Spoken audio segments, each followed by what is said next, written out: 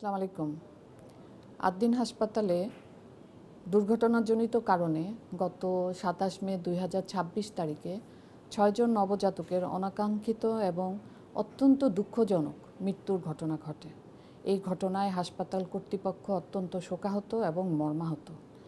উক্ত ঘটনার পরপরই স্বাস্থ্য মন্ত্রণালয়, স্বাস্থ্য অধিদপ্তর সহ আইন শৃঙ্খলা বাহিনী, পুলিশ, র্যাব এবং অন্যান্য কর্তৃপক্ষ হাসপাতাল পরিদর্শন করেন এবং স্বাস্থ্য মন্ত্রণালয়ের একটি তদন্ত কমিটি গঠন করেন।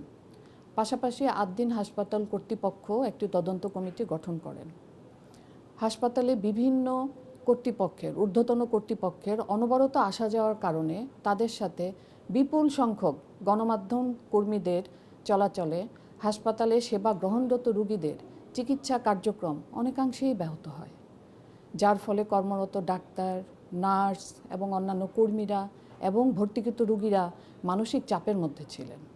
এতে করে হাসপাতালে ভর্তিকৃত এবং হাসপাতালে আগত অন্যান্য সেবা গ্রহণকারী যারা কিনা হাসপাতালে এসেছিল চিকিৎসা নেওয়ার জন্য, তাদেরও যথেষ্ট অসুবিধা হচ্ছিল।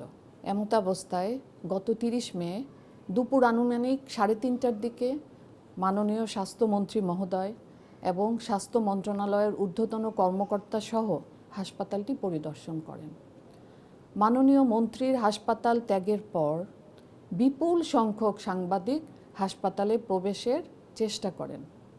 হাসপাতালে চিকিৎসাধীন রোগীদের স্বার্থে কর্তৃপক্ষ সাংবাদিকদের হাসপাতালে প্রবেশ নিবৃত্ত করার চেষ্টা করলে হাসপাতালের কর্মীদের সাথে গণমাধ্যম কর্মীদের বাকবিতণ্ডা হয়। গণমাধ্যম কর্মীদের বারংবার অনুরোধ করা হয় হাসপাতালে চিকিৎসা কার্যক্রম বিঘ্ন যেন না ঘটে।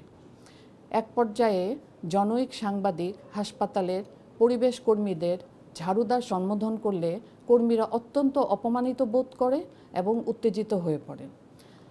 তারপরেও হাসপাতালে কর্মরত কর্মীরা এবং সকলেই সাংবাদিকদের হাসপাতাল পরিত্যাগের জন্য অনুরোধ করেন। উপস্থিত আইনশৃঙ্খলা রক্ষাকারী বাহিনীর সদস্য এবং হাসপাতালের ঊর্ধ্বতন কর্তৃপক্ষ উত্তেজিত পরিবেশ কর্মীদের নিবৃত্ত করার চেষ্টা করেন। উল্লেখ্য, এই পরিবেশ কর্মীরা এই হাসপাতালটি ২৪ ঘন্টা পরিষ্কার পরিচ্ছন্ন রাখার জন্য যথেষ্ট চেষ্টা করেন। আদ্দিন হাসপাতাল সবসময়ই গণমাধ্যম কর্মীদের অদ্যাবধি সহযোগিতা করে আসছেন।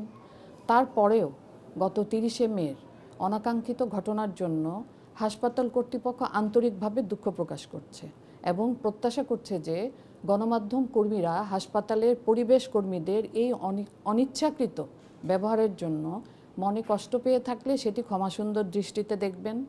হাসপাতাল কর্তৃপক্ষ স্বাস্থ্য মন্ত্রণালয় কর্তৃক গঠিত তদন্ত কমিটিকে সর্বাত্মক সহযোগিতা করছে এবং হাসপাতাল কর্তৃপক্ষ কর্তৃক গঠিত তদন্ত কমিটির বিষয়টিও গুরুত্ব সহকারে তদন্ত করছেন। এ বিষয়ে তদন্ত কমিটির কোনো অগ্রগতি থাকলে গণমাধ্যম কর্মীদের টাইম টু টাইম জানানো হবে। ধন্যবাদ।